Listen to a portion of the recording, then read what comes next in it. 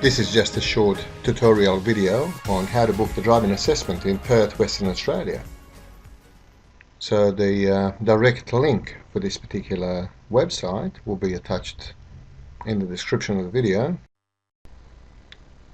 Once you've opened this window, just enter your driver's license permit number and the next column would be license permit expiry date. Just make sure you insert hyphens between the digits, because the system will not proceed if there's no hyphens between, for example, 26//02/2021. Clearly the next thing is your first name, surname. If you've got multiple names, just make sure how they've got it in their system. Just have a look at your learner's permit, and often people from South America would have 3 or 4 names, so you wouldn't make any spaces between the names. And if it doesn't work, just try it again. Okay, so we've got a new window, search availability.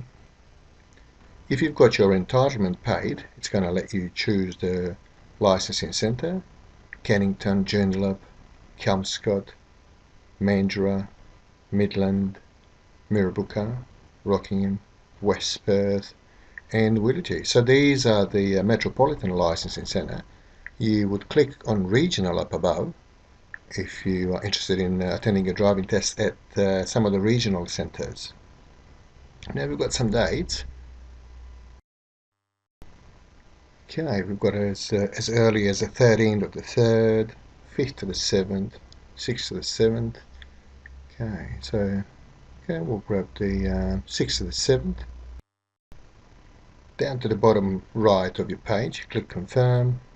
Don't accidentally click log out, because it's not going to book the pre-selected date.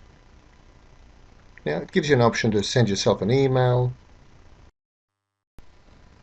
When you turn up for your driving assessment, just make sure you have your confirmation, either on your mobile phone or a printed confirmation in case something goes wrong. And this is pretty much it. So thank you for watching. Book driving assessments wisely. Make sure you've got plenty of notice if you intend to change or cancel.